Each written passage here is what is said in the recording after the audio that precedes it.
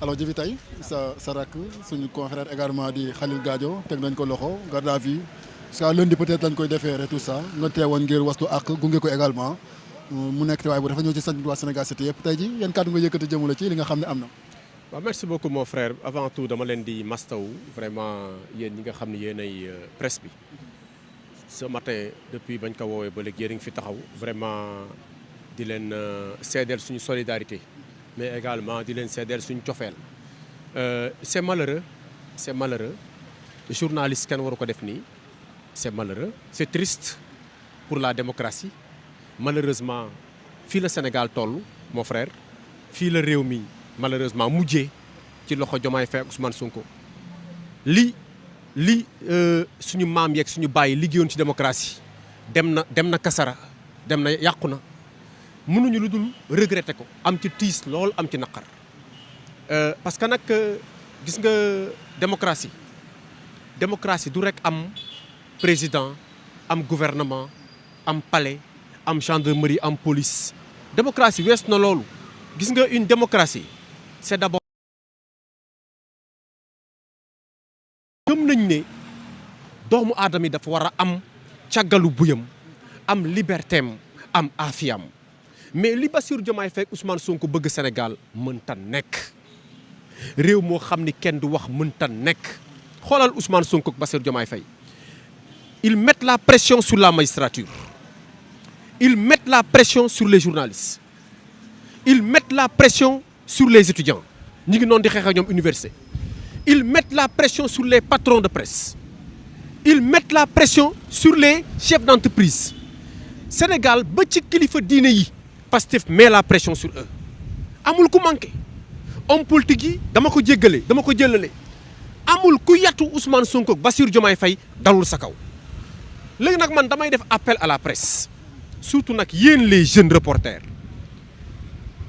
lii lan lay signifier boo xoolee depuis kaawu Babacar Fall Maïmouna Ndour Faye ak bërki démb Pape Ngagne Ndiaye ban message le régime Pastef tey wan sénégalais ak lancer la presse message bi du dara xoolal tey ni ñu jàppee Khalil Gadio lii lan lay tekki lii mooy yow jeune reporter bi jeune journaliste bi balaa ngay woowati nit di ko interviewer ak di ko laaj sooraaleel ni lépp lu la fa dal sa affaire la waaye ñi ngi sa kaw ñi ngi lay surveiller on met la presse sous surveillance te loolu grand mënut a nekk loolu duñ ko nangu amul benn acteur politique bu dëgg ñor bu dul ak buy accepter ñuy mettre la pression sur les reporters duñ ko nangu parce que Khalil Gadio liggéeyam la doon def ñun fekkee nañu ay journalistes fii bërki démb ba mu defee terrain meeting fekkee nañu journaliste jox micro nit ku bokk Pastef mu ne Ousmane Sonko bu ñu joxee léegi ndigal ñu dem palais fekkee nañ ko lu tax journaliste boobu mettuñ ko garde à vue loolu fekkee wuñ ko léegi Khalil Gadio moom mooy nooy neex moom daal la ñuy jàpp Khalil Gadio moom la ñuy jàpp mais bëgg ko toroxal ñuy wax dégg nga li maître wax léegi garde à vue la nekk fi mu toll nii day fanaan fii weekend bi lundi ñu yóbbu ko présenter ko procureur pour lan pour quelqu'un boo xam dafa doon liggéeyam gis nga sëñ bi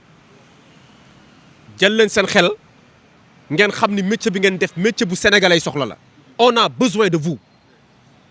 les sénégalais ont besoin de cette presse crédible responsable ba pare di liggéey boo xam ne ñëpp rafetlu lañ seen liggéey xam nga kan la presse sénégalais dérangé Bassirou Diomaye Faye ak Ousmane Sonko ñoom dong la presse bi di dérangé ñun li ngeen di liggéey ñu ngi koy rafetlu ñu ngi leen di encourager ñu ngi leen di supporter vous êtes avec nous on reste avec vous et saa yu ñu leen inquiété ñun ñu ngi taxaw pour jàppaleen parce que nag ñun gisuñu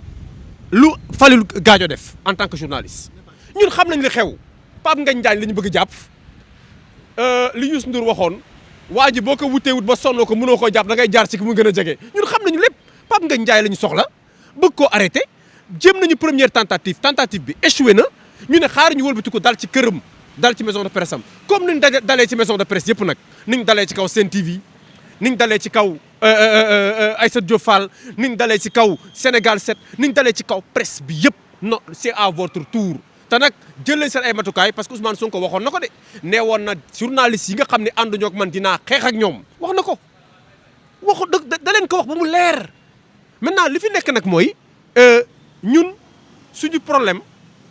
nekkul Khalil mii ñu jàpp parce que ñun on l'a vu il est serein il est courageux il est digne du suñu problème du Falil xam nañu suñu problème lan la presse bi nga xam ne ñun mooy protéger cette démocratie là la presse bi nga xam ni moo ñu fi dese lépp daanu na amatuñu yaakaar ci justice amatuñu yaakaar ci Bassirou Diomaye Faye amatuñu yaakaar ci lépp loo xam ne nekkoon na fi di dëgëral démocratie ñii daaneel nañ ko wéer nañ ko ci miir bi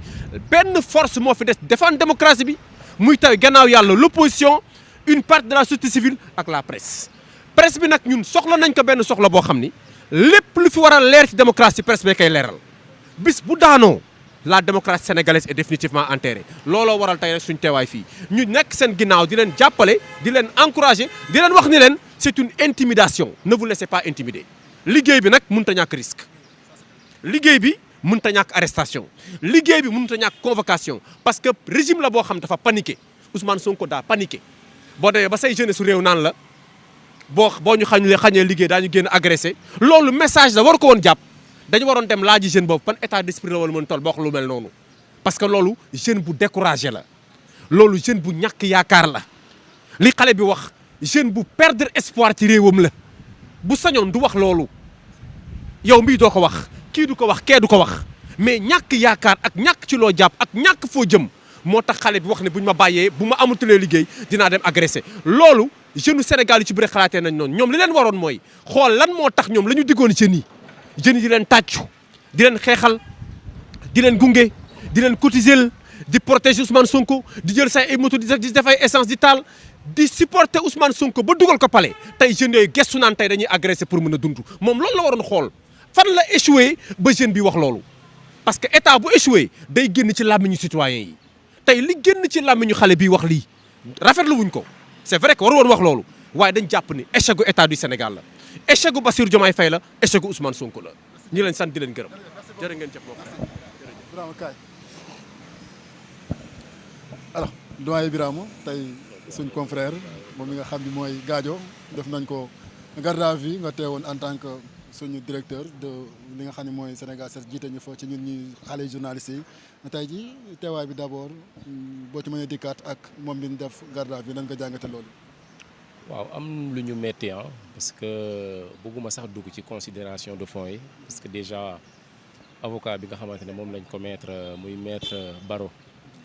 li ko war def na ko déjà gis nañ li affaire bi demee on est là depuis 9 heures avant muy ñëw jot nañ ko déglu bi mu ñëwee jàpp ne war nañ ko dégluwaat def nañ ko malheureusement on a tous appris la mauvaise nouvelle ensemble mooy que ni vraiment placé nañ ko en position de garde à vue war ko déférer lundi prochain li ciy topp nag bon on va suivre pour voir parce que nous ne sommes pas des juristes mais je veux m'appesantir un peu ci kaaw nga xamante ne moom mooy sunu confrère